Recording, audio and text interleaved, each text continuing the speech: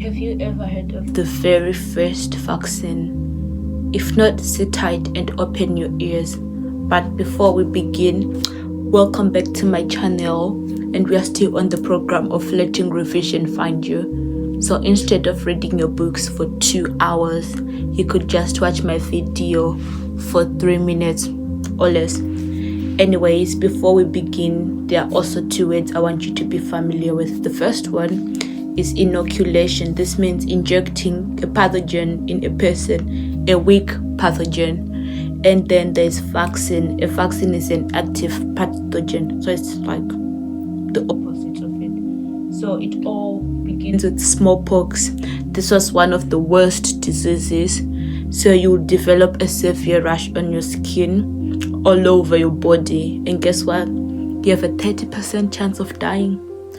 If you don't die, you will develop long-term effects such as scarring, joint pain, or you could even just go blind. Anyways, like I always say, there isn't a problem without a solution.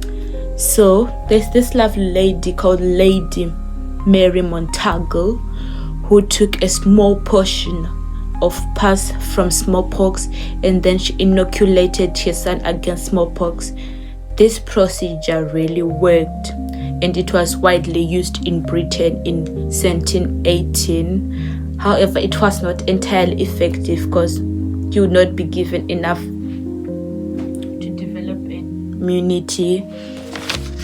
Anyway, in 1796, an English doctor called Jenner realized that milkmaids were actually not getting sick from smallpox because they had been infected by a less serious disease called cowpox.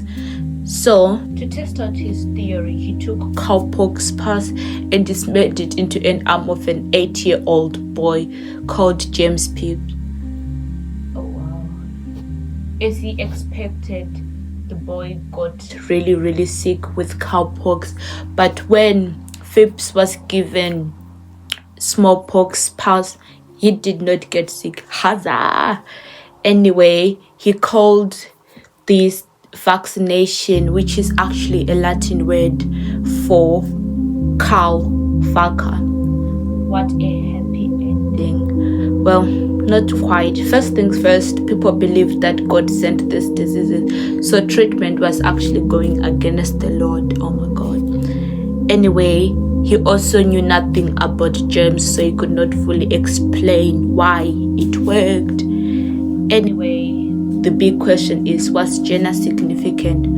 Well, yes, he basically invented the first vaccine. But anyways, in 1853, there was a new law which made it compulsory for newborn babies to be vaccinated against smallpox.